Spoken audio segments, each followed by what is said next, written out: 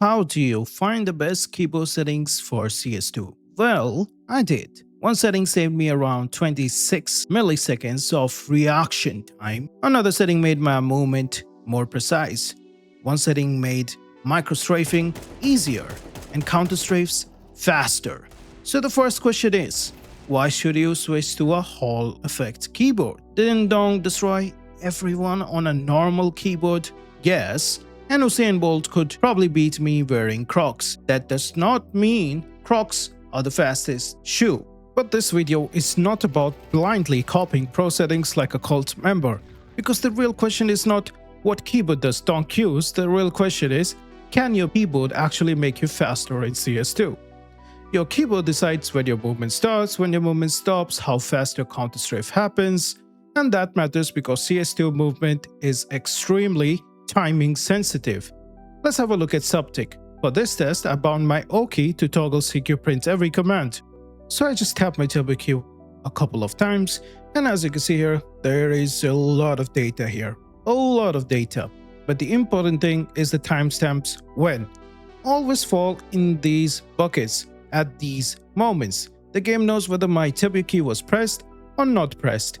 These are finite timing buckets. A normal CS2 tick is around 15.625 milliseconds, but inside that tick, Subtick allows the game to store your input timing with much higher precision.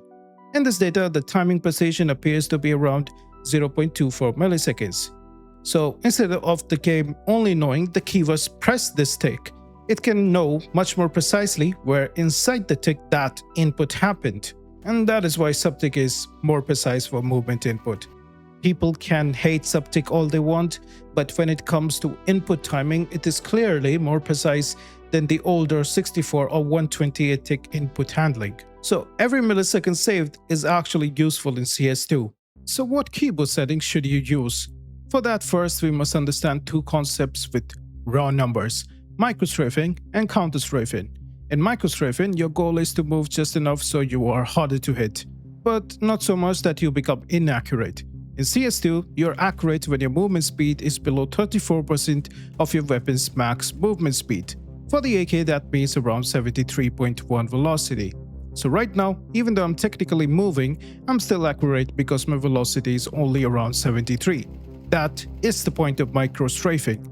You're moving enough to make yourself harder to hit, especially against pistols, but you're still accurate enough to shoot. Counter strafing is different from micro strafing. With micro strafing, you were doing tiny movements while staying under the accuracy threshold. With counter strafing, you want to be moving at full speed, so you need to also stop as fast as possible. And no, you do not want to hold both your movement keys at the same time to do so. If you're moving right with D, you do not just keep holding D and press A at the same time. That is gonna take almost as long as doing nothing. What you want to do is move in one direction, release that key, press the opposite movement key, and then shoot. So if you're holding D, you release D, press A, and then click mouse 1. That makes you accurate in around 70 milliseconds from the A press. But if you do not counter strafe properly, or if you hold both your movement keys, it can take closer to around 200 milliseconds. That difference is a lot of difference between shooting accurately and becoming Onipixel. So now we know what our keyboard settings need to help with. But first, I need to tell you about today's amazing sponsor. If you want these skins, then check out today's sponsor, LIS Skins. The process is simple. Enter your trade link and email, select the skins you want to transfer, check the total value, and then choose your payment method and wallet. If you're eligible, payouts can be instant. And when you choose balance, the full amount is available right away for other skins. LIS Skins also has a huge skin catalog, multiple deposit and withdrawal methods, and prices that can be significantly better than Steam. So check out LIS Skins through the link in the description, and thanks to them for sponsoring the kitchen. This example is going to make everything easy for us. Let's have a look at my settings. My actuation is at 0.25, whereas my rapid trigger is at around 0.15. Right now, I'm moving left, so I'm holding A. When I start the counter strafe, notice what happens. I begin releasing A, and in the next frame, I start pressing D. This is where rapid trigger and actuation settings become important. By this point, my A key has already been deactivated due to my rapid trigger settings. And because of my low actuation setting, my D key has already been activated. So D is already taking over my movement before I fully bottom out the key. That is the whole point. I do not need to press D all the way down for the counter strafe to start working. With an analog keyboard, that key can activate much earlier in the travel. And with rapid trigger, the previous key can reset much earlier as well. So by the time I shoot, I'm already very close to the fastest possible counter strafe, which is around 70 milliseconds. Now compare that to a deeper actuation point, the D key would need much more travel time before activating. The press itself could add around 30 milliseconds of extra delay even if everything else was perfect. That is why rapid trigger matters. In this example, my bullet would actually be inaccurate without rapid trigger and the right actuation setting. After seeing the data, the obvious answer looks very simple. Just set your actuation point to the lowest possible value. Lower actuation means the key activates earlier. Earlier activation means your input reaches the game faster. But there is a catch. Let us have a look at this reaction speed test. There is one massive source of problem in this test. Me. Maybe I slept badly, maybe I lost focus, maybe my brain just all tapped, So if I just press the key normally and compare different actuation settings, the result can be affected by how fast I physically press the key in that specific attempt. So this is where Wooting's analog SDK becomes really useful, because with the SDK, I can see the actual analog position of the key while I press it. That means I can look at the same key press and estimate what that press would have activated at different actuation points. So instead of doing one press at 0.25 mm, another at 4 mm, I can use the same press curve and compare different actuation points from the data. That removes my part of human inconsistency, and when I compare the numbers, the difference between shallow and deeper actuation was around 26 milliseconds. That's not placebo, that is actual measurable time. In a game like CS2 where counter strafing can happen around 70 milliseconds at max velocity, saving 26 milliseconds on the input side is huge. But this is where the story gets interesting, because if lower actuation is faster, your first instinct is probably, okay, then why not just set everything to the lowest value possible? And this is where you get cooked, because the fastest setting on paper is not always the best setting in game. When the actuation point is too sensitive, you can get accidental inputs. You might rest your finger too hard on the key, you might start anticipating a movement before you actually want to move, you might slightly press A or D without meaning to fully press it. And because the actuation point is so low, the keyboard can register that as a real input. Now your movement is not faster, it is just wrong. That is also why I got that weird 3300 millisecond result in the data. The keyboard did not suddenly become 3 seconds slower. What happened was that I accidentally touched or started pressing the key earlier, but I did not fully commit to the press. So the key began moving and the analog SDK saw something happening. Your actuation setting is not just about speed, it is also about control. A very low actuation point can save time, but it can also punish sloppy finger placement. A very deep actuation point can reduce accidental inputs, but it can also make counter strafing and micro strafing slower. So the best actuation point is not automatically the lowest number. The best actuation point is the lowest number that you can control consistently. Now let's have a look at the relationship between micro strafing and keyboard settings. For example, to stay accurate while micro strafing, I need to hold the movement key for less than around 70 milliseconds. At a low actuation point, around 0.25 mm and rapid trigger of 0.15, I was averaging around 52 milliseconds on these micro strafes. But with a deeper actuation setting, I was averaging around 96 milliseconds.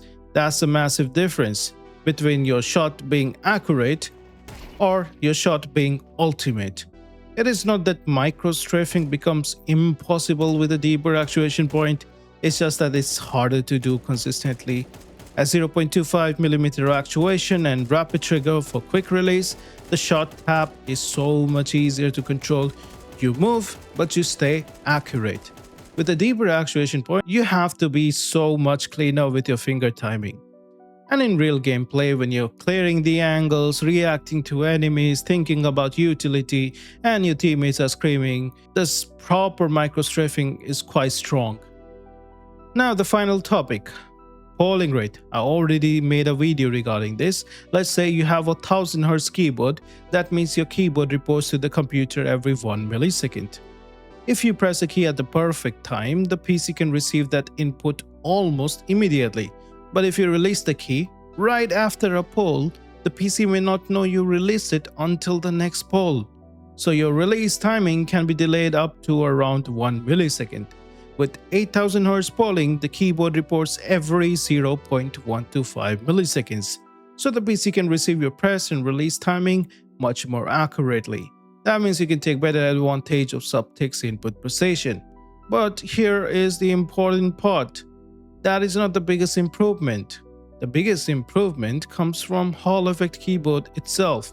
Low actuation, rapid trigger, faster reset. Polling rate is quite a small part. At best, going from 1000 Hz to 8000 Hz can give you around 1.7 milliseconds of benefit when doing a counter strafe in perfect conditions. In real gameplay, it is way smaller. And sometimes basically it's nothing, very close to zero. So yeah, 8000 Hz is better. It does have better input lag. It does not affect your FPS, but no, it is not a heaven and hell difference unlike the other settings. If you already have a good 1000 Hz Hall effect keyboard, you're still going to be fairly accurate. You do not need to panic buy a new keyboard because the box says 8000 Hz and has a lightning kind of label on it, you know. To find the best actuation setting for yourself, I highly recommend using Gold Clock's input overlay. It supports multiple analog keyboards and it lets you actually see what your fingers are doing. It does have a slight desync, but it's good enough to do the job, you know. Just record your gameplay with the overlay enabled and watch it back. You'll quickly notice your mistakes. Are you pressing A key before you meant to? Are you getting accidental inputs because your actuation is too low? That is why watching your own input is so useful. And one more important thing, do not adjust the keyboard too quickly.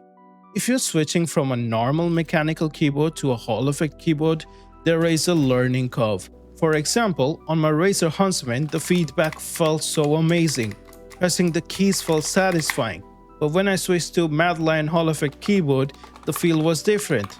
The keys felt hollow, the actuation kind of felt uneven, and honestly, they were not as satisfying. Even when I moved to Wooting, it felt better, but I really missed the feedback of my Razer optical linear switches. Last year, I had the chance of getting coached by G2's assistant coach. I actually told him I really do not want to use rapid trigger, not because I thought rapid trigger was bad, but because the keyboard itself did not feel right and I was making mistakes while trying to adjust. He had a simple advice: try a Hall effect keyboard from a different manufacturer. Once I switched to Wooting, things felt quite better. So if you're switching from like optical linear switches to Hall effect and your movement feels bad at first, do not blame the keyboard. It's just a steep learning curve and you need to give your fingers time to adapt. So now we can finally answer the main question. What keyboard settings should you use for CS2? For actuation point, use the lowest value you can control consistently. Start with my settings, just copy them, they are the best. If that feels too sensitive, increase it slightly to around 0.05. Just go in these increments. Only do this after at least 1 week of forcing yourself to play on it. Set your rapid trigger to 0.15 to reduce latency for key release. That is one of the biggest advantages of Hall effect keyboards. It helps deactivate the old key fast and activate the opposite key faster, which is exactly what you want. For polling rate, set it to whatever is the highest, but if your keyboard is 1000 Hz and you already have a good actuation and rapid trigger setting, you're still fine. You really don't need to get a 8000 Hz one. The rest of the settings are of no use in CS2. Do not use split rapid trigger, and other settings they're not allowed in official tournaments, so just don't even put them on Faceit even if you can. And honestly, these settings are already good enough for you to do everything. So yeah, thank you to all the channel members. Collecting all this data takes a whole lot of time. I appreciate you guys becoming channel members. And thank you to all of you who are watching this video, who like, comment, and subscribe and do all that sort of thing. I'll see you in the next one, and take care, I guess.